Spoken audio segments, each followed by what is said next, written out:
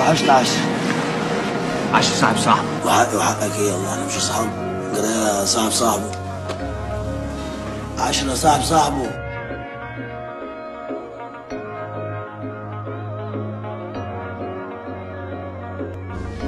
بعتني بكام يا صاحبي؟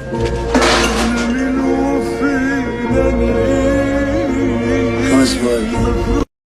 وجميع متابعينك الكرام، اسم يعني تحياتي ليكم. اولا يعني قضيه الاستاذ اكرم سلام، يعني هو ما بيحبش يسيرها على السوشيال ميديا حاليا، واحتراما لرغبه الموكل، لكن انا ارى ان هناك اناس ذكروا تفريغ تليفونات واكتشاف تليفونات، وبمطالعه اوراق الدعوه لم يتم تحريز ثمه هواتف لكافه المتهمين.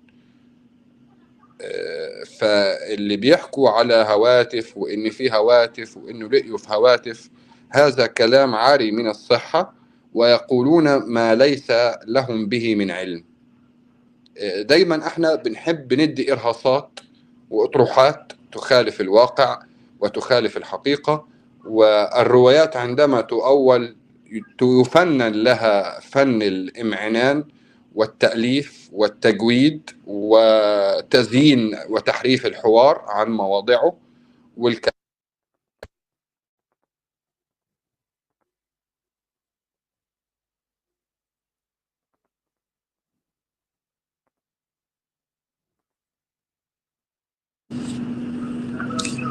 معايا كده ابو نور؟ سامعني؟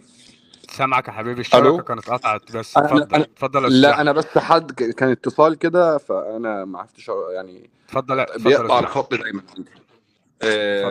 طبعا يا ابو نور، كل الكلام ده طبعا الناس دي بتألف بدون علم. مفيش في أوراق الدعوة تليفونات ولا ثمة هواتف ولا تفريغ لهواتف ولا أي شيء.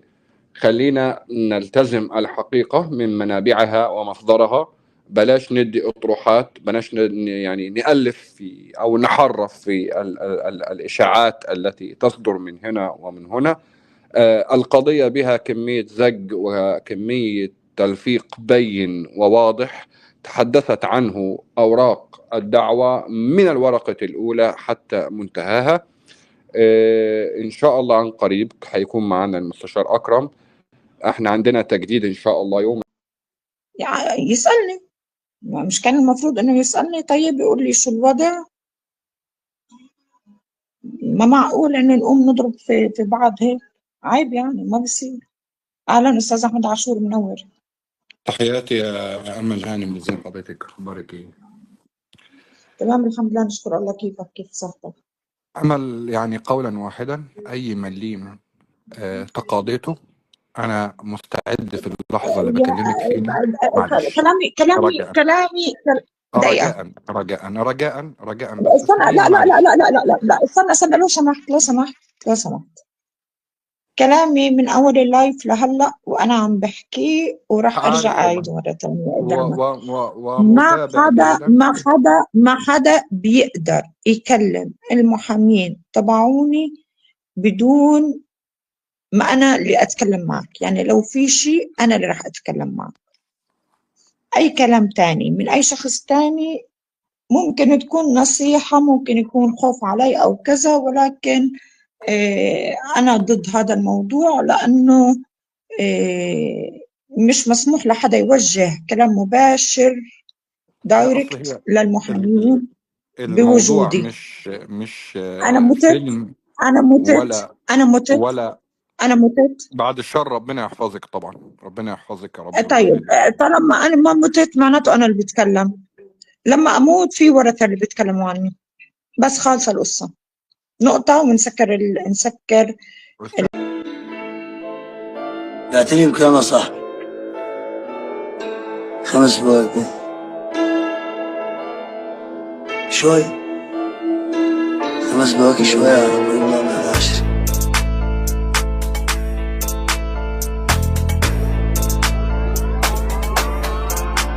زميلي بيسأل عن المبدأ، وقت المادة بيروح فين؟ شفنا كشلي وقت الزنا، وقت الغد كنتو فين؟ سيبك انت، كنبتك حلوة عاش.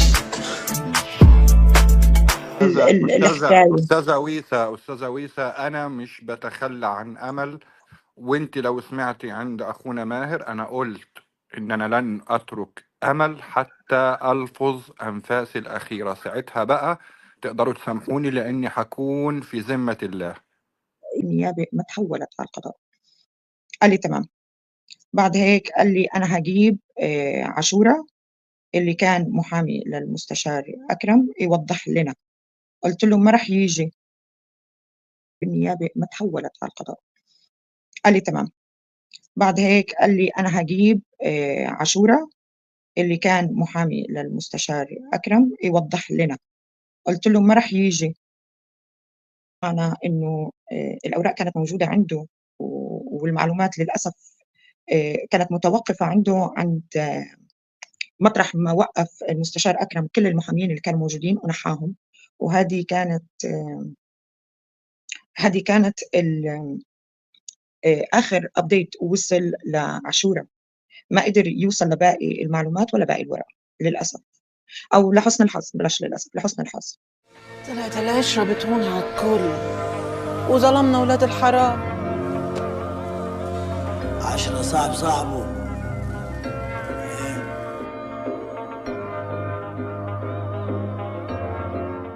بس في جزئيه مهمه برضه استوقفتني في الشات ده. حضرتك هو بيقول لك انا هجيب فيلا او المستشار عاشورة. عاشورة. تمام. يبقى اذا هنا في اتفاق قبل طلوع بالضبط. قلت له ما رح يجي لانه انا كنت متوقعه حسن النيه وما كنت متخيله الغدر والخيانه. يعني حتى في الشات انا كاتبه له ما رح يجي. انت متخيل؟ ولكن هو بيقول لك انا هجيب. وهو فعلا اخر اللايف عاشورة اجا وقال معلومات مغلوطه، وانا كانت صدمتي، وانا بعد هيك ما حاولت اصحح اي معلومه لانه بصراحه تفاجات بوجوده وبكلامه عن انه هو رح يتحول جنايات وشروع بقتل بلا بلا بلا بلا من كل اذا هنا خليني في النقطه دي عشان مهمه جدا يا اخت امل. يبقى اذا هنا احنا ما كناش قدام محاوله من الاخوه سواء الاستاذ محمد الموجي او اخونا محمد عبده ان هم يتصلوا بيه عشان يطلع يرد. لا، ده هو كان جاي. بس هيجي امتى بقى يا فندم؟ هيجي امتى؟ لما يطلع الادوش. هو من البدايه كانت الخيانه موجوده، بس للاسف انا يعني بتعرف انا ما خطر لي. لا استنيني يا اخت امل. انت حضرتك النهارده اثبتتي بطريق الصدفه واحنا بنتكلم دلوقتي ان قبل البث هو مظبط مع المستشار بتاع الاعلانات ده. جميل؟ مع عاشورة. بقول لك أستاذة ويسا، أنا مش بتخلى عن أمل، وانت لو سمعتي عند أخونا ماهر أنا قلت إن أنا لن أترك أمل حتى ألفظ أنفاسي الأخيرة، ساعتها بقى تقدروا تسامحوني لأني حكون في ذمة الله. لو تشوف الشات انا قلت لهم ما رح يطلع معك وكنت مأكده. انا برضو عايز فهميني، بس سيبك من وجهه نظرك ان انت قلت له مش هيطلع لانك حسنت النيه وبتكلميه ان هو ده الراجل هيتكلم يعني بتاع جنايات واعدامات وبتاع. وحتى لا، وايضا يعني حتى لو بده يطلع معه اكيد رح يوضح له الصوره ويوضح له انه المستشار اكرم مش متهم بشروع بقتل والكلام الفاضي اللي هم عم يحكوه. بس للاسف وقت ما سمعت كلامه وانه عم بياكد على كلام الطرف الخصم وانه لا شروع بقتل وكل هالحكي، انا يعني لا ناقشت ولا حاولت اوضح معلومات. انا اسف ليك والله يا مدام امل، انا مش ولكن اكيد طبعا. اسمعيني بس عشان انا اقدر اجمع لك الصوره. فاكره لما كانوا على المنصه وجي صاحب المنصه بيكلم الادوش وبيقول له ده في قضيه ثانيه نازله قدام الجنايات؟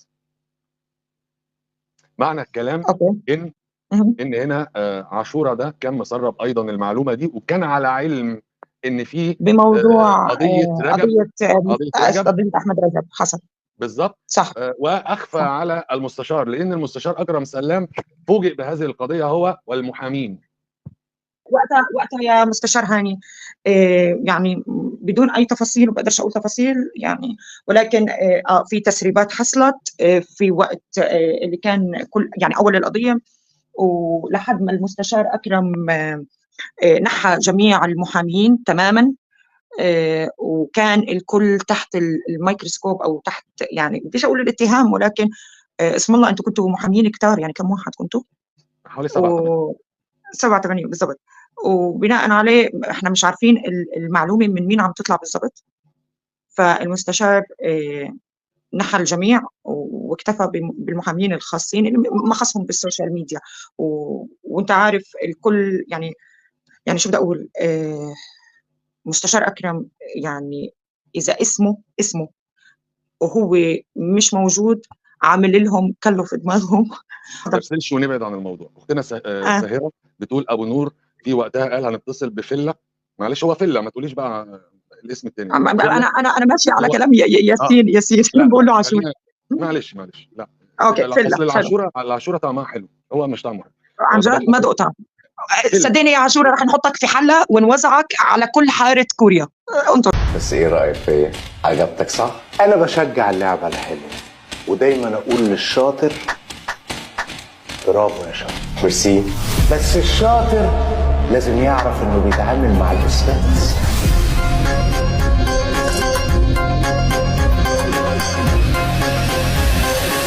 بصي حضرتك فانا وقتها تابعت الفويسات وانحرق دمي. اتفضل. انا عايز اوضح نقطه معينه انت عماله تبعديني عنها. انت حضرتك لا اتفضل معاك الحديث. اللي مع سيادتك معنى الكلام ان الجمله اللي انه التحقيقات تبعت المباحث واصله لنورميدو او لابو نور او للصندوق الاسود منذ زمان مش ده اللي اقصده. هو حضرتك قال لك انا هجيب المستشار فله، تمام؟ حصل. اذا هنا هو مرتب ان هو كان متفق. خلاص، يبقى اذا عشان الناس تبقى عارفه ان هذا المحامي اللي سرب لما طلع على المنصه ما كانش بناء على دعوه اخواتنا ان هو يطلع يرد غيبه المستشار اكرم سلام، ده كان متفق معاه على السيناريو. يبقى انا كده بتكلم صح من بدايه الموضوع. صح، ما هذا اللي قصدي عليه. هو طلع، ما انا ليش عم بحكي لك المتسلق، هو لما لقى انه المستشار نوى يرجع يدخله على القضيه صار يتاجر بالقضيه وصار يبيع بالمعلومات ويبيع بالورق كرمال انه يطلع على المنصات ويعطي رايه كجهبذ من جهابذ القانون في القضيه. ما هذا هو. ما انا ليه وقت ما انا على فكره كنت ناسيه هذا الشات تماما. بس طلعت العشره بتهون على الكل وظلمنا اولاد الحرام. عشرة صعبه.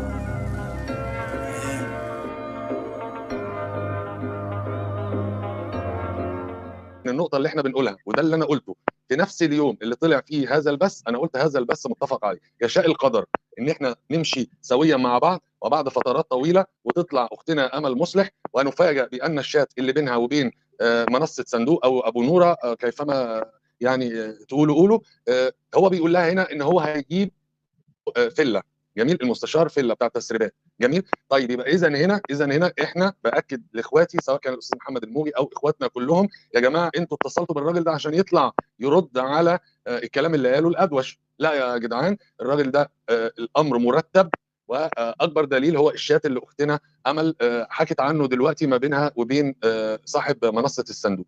جميل. يبقى اذا هنا الامر ده يعني من البدايه هو عم بيتاجر بقضيه المستشار اكرم سلام. بالظبط كده.